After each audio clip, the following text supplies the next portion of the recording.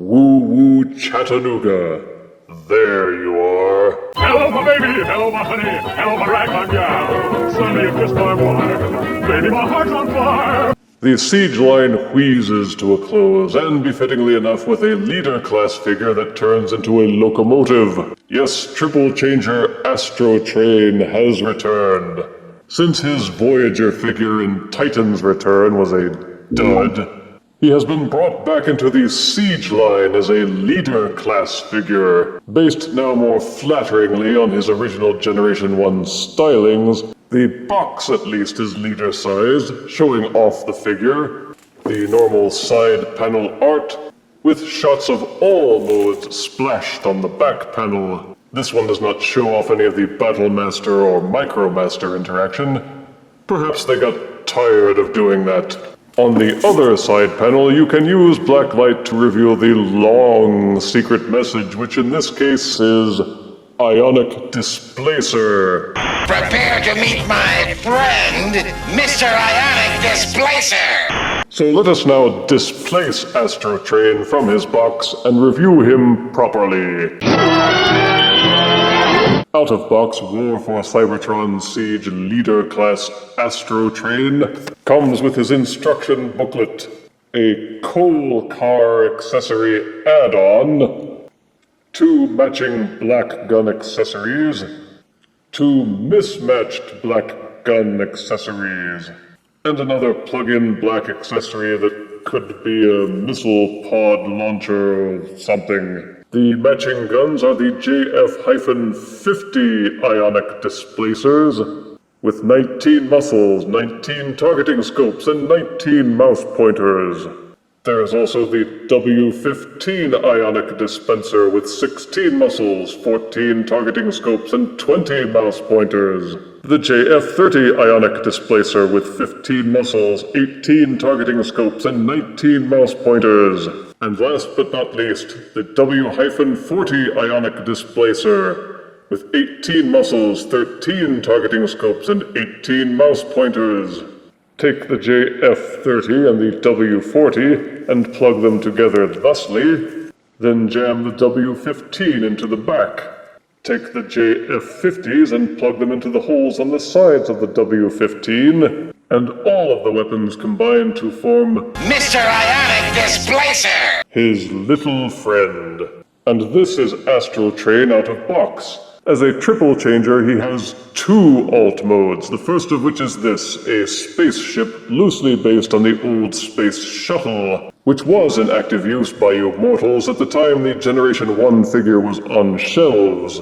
The colors are mostly gray with some silver grunginess up front, trimmed with very dark blue, with some yellow and silver highlights. There's a lot of detail in the sculpting, and they did a decent job of hiding all of the robot parts.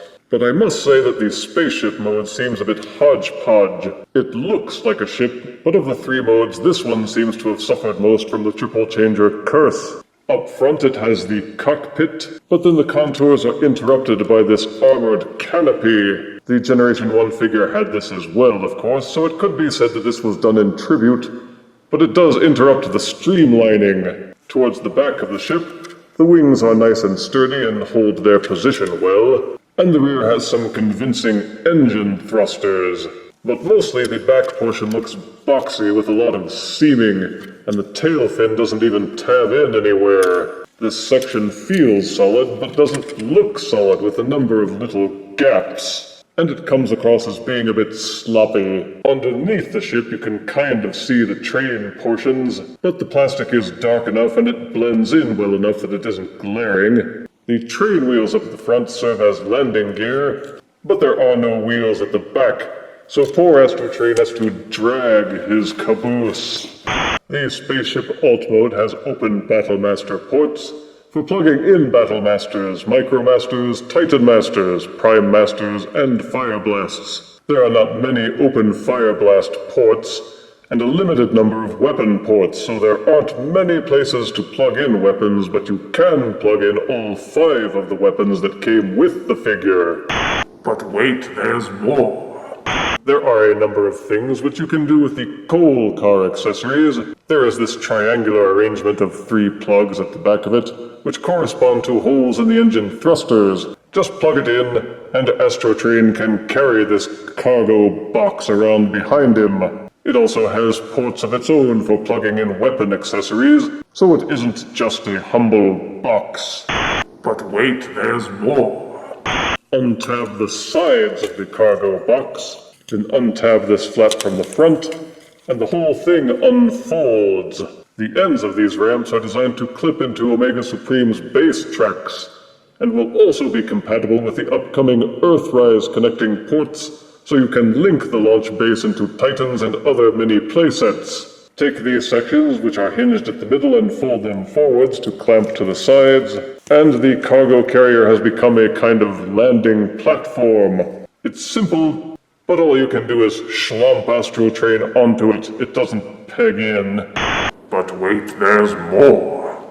Remove Astrotrain from the platform, swivel these sections back out, then clamp this section down so that the pegs are facing up.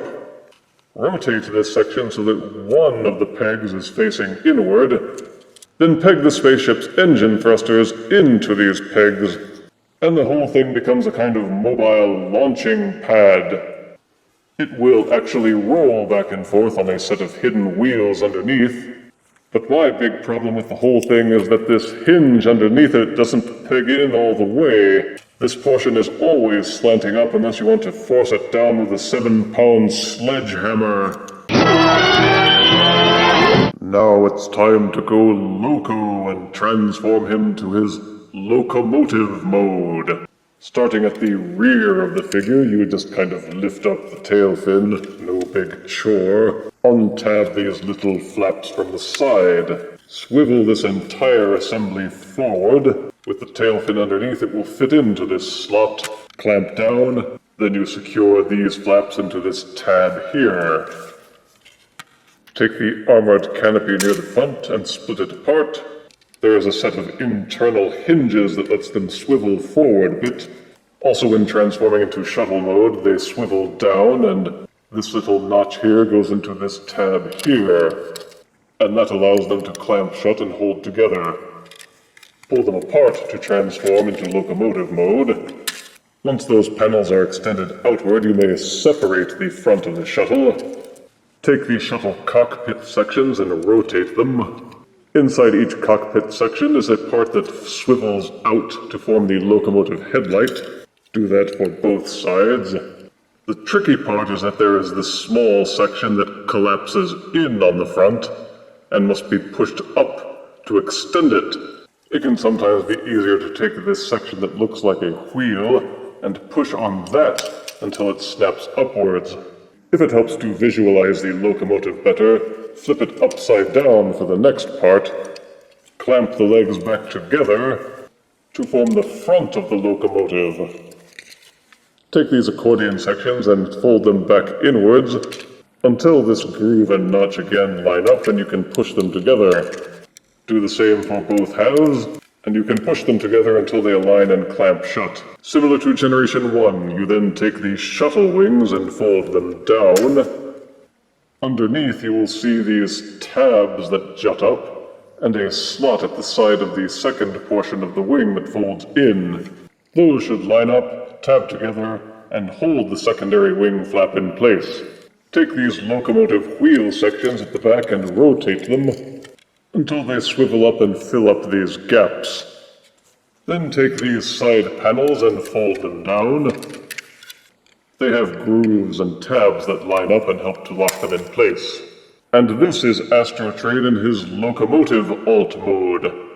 It mostly tabs in well except in the back and the sides, and he is fashioned to appear like unto an old-style locomotive. It does a decent job of it, or at least a lot better than the Titan's Return notion of a train. This does look like a heavy, solid freight engine, complete with the front headlight and smokestack. The colors change to mostly blue, with only some gray showing and some silver tossed in to set everything off.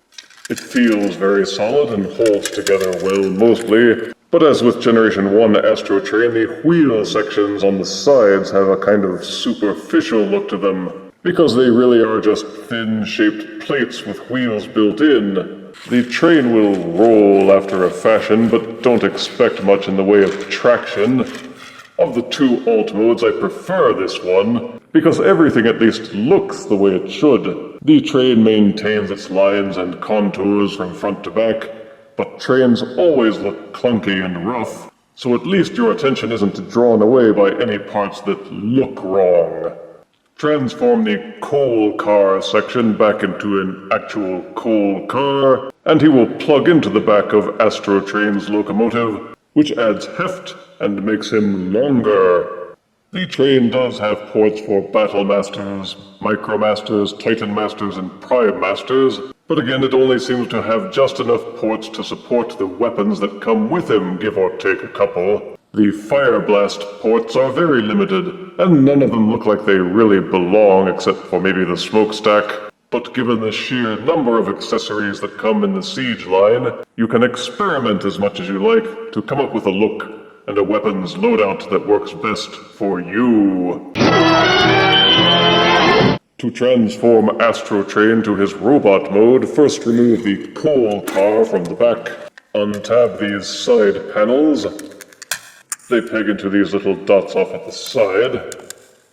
Untab and swivel out these side panels. Separate the legs. Snap these sliding panels back in. Make sure that they are cinched all the way in so that they lie flat. Take the smokestack sections and fold them back inside the cockpit. Then rotate these sections back as if you were transforming him into a shuttle again. Fold in these extending sections and clamp them into the sides. The robot feet have been folded up top. Untab them. When transforming to a locomotive, there is this dot inside and this peg. Those clamp together and hold it in place.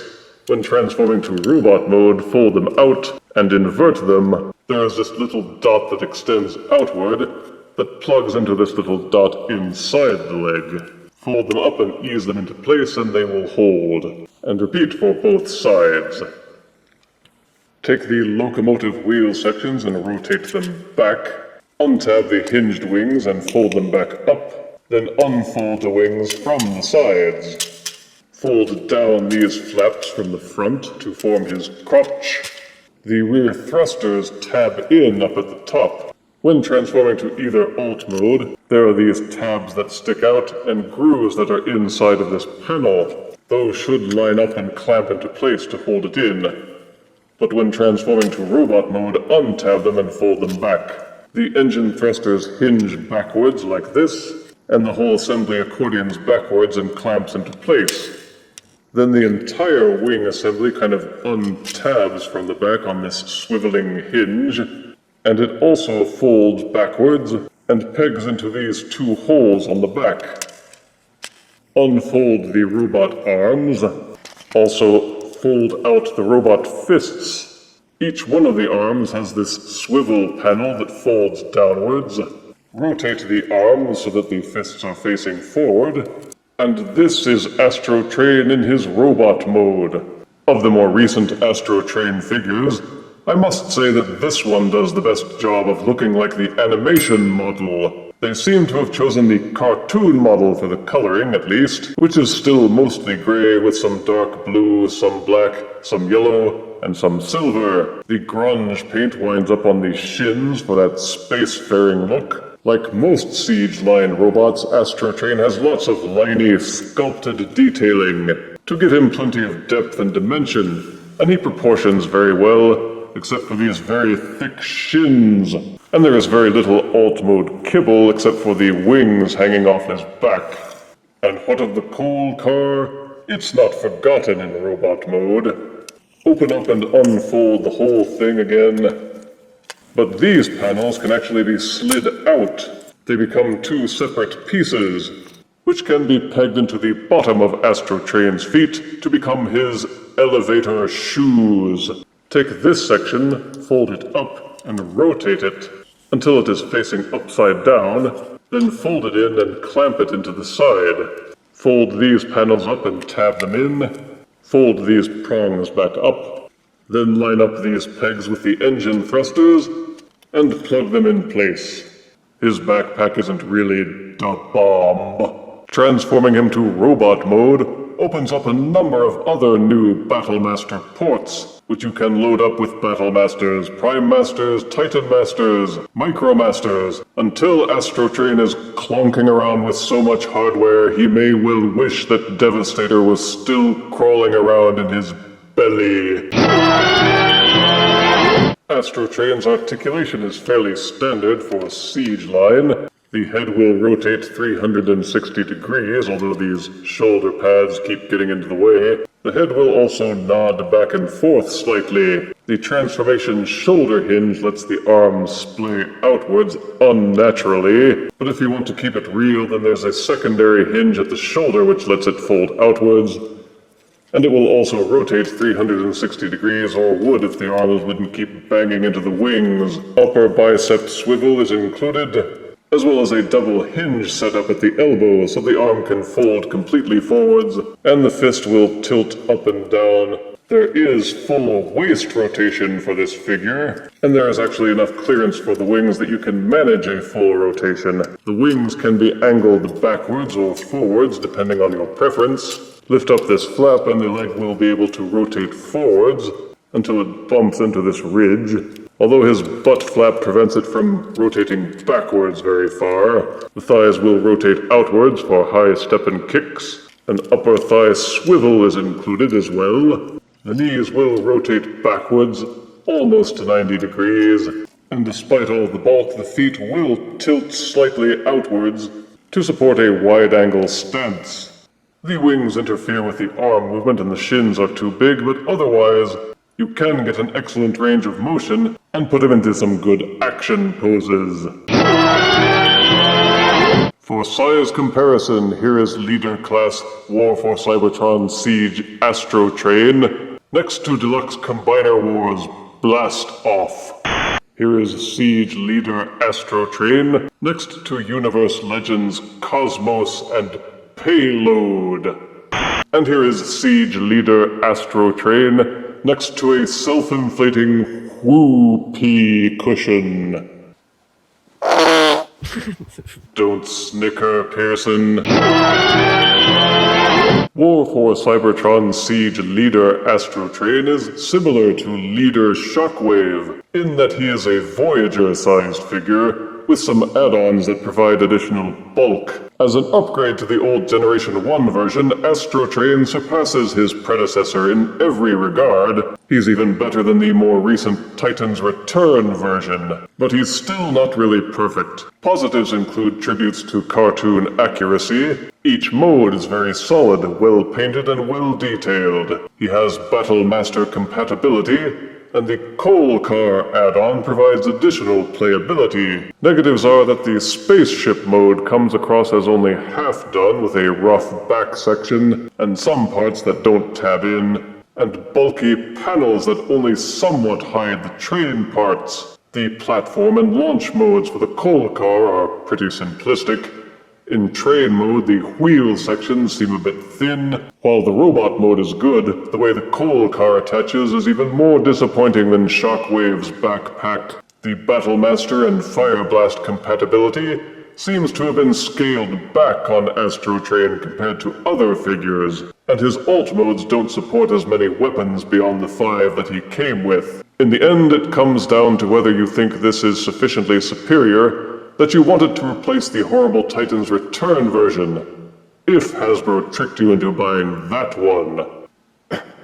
If that is the case, then Siege Astrotrain is well worth looking into. Otherwise, he has sufficient drag that I give him 7 out of 10 deaths. Now prepare to meet my friend, Mr. Average Score. If you refuse me, honey, you lose me, then you'll be left alone. Oh, baby, tell them all, and tell me I'm your own.